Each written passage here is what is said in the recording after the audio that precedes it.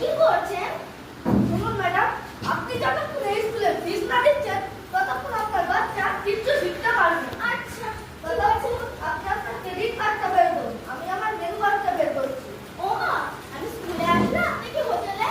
শুনুন ম্যাডাম, আমার স্কুলে হোটেলের থেকেও বেশি ফ্যাসিলিটি। কি চাই আপনার?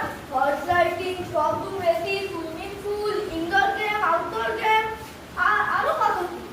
আর পড়াশোনা? সেটা আপনি টিউশন মাস্টারের কাছে করে নেবেন। আসুন, স্কুলে যে ফর্মালিটিস আছে। আচ্ছা, আপনার বাচ্চার নাম কি? সুরেশ বোন। আর ওগো, এটা কোনো নাম নাকি?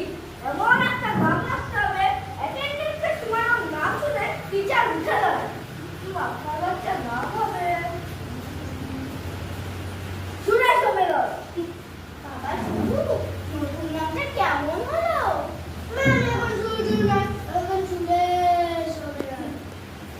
আপনার বাচ্চার নাম বড় হয়ে গেল। এইবার আমার স্কুলে অ্যাডমিটেড হন ওসব ঘোষ ঘোষ গাঙ্গুলি রায় এসব বাচ্চাদের কাছ থেকে দূরে রাখতে হবে। হ্যাঁ, আপনি কি বলছেন? এইসব বাচ্চারাই তো দেশের নাম উজ্জ্বল গোল্ড মেডেল আনবে। শুনুন ম্যাডাম, ওসব গোল্ড মেডেল শোকেসাই ভালো লাগে।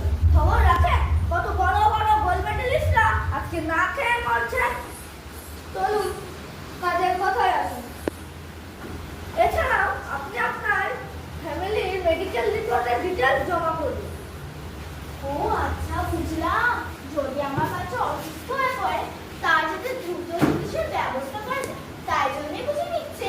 আরে ম্যাডাম, না না, ওইসব কিছু না। আপনি যদি এই স্কুলে ফিস না জমা দিতে পারেন, আপনার পরিবারের সদস্যদের কিডনি, লিভার, চোখ এইসব পেটে আমার স্কুলে ফিস দিয়ে দেবো। আরে ম্যাডাম, ডোন্ট ওয়ারি, আপনার বাচ্চা আমার স্কুলে ভর্তি হওয়ার পর তো ইন্ডিয়াতে থাকবেই না, ইউকে ইউএসএ তে গিয়ে সেটেল করবে। দেখ, আপনি তো আমার চোখ খুলে দিলেন। ম্যাম, আমি তো আপনার চোখ খুলে দিলাম, এবার আপনার ব্যাগটা খুলুন। ওই ক্যাশগুলো দিন, ক্রেডিট কার্ডটা দিন, হাতের বালাটা দিন,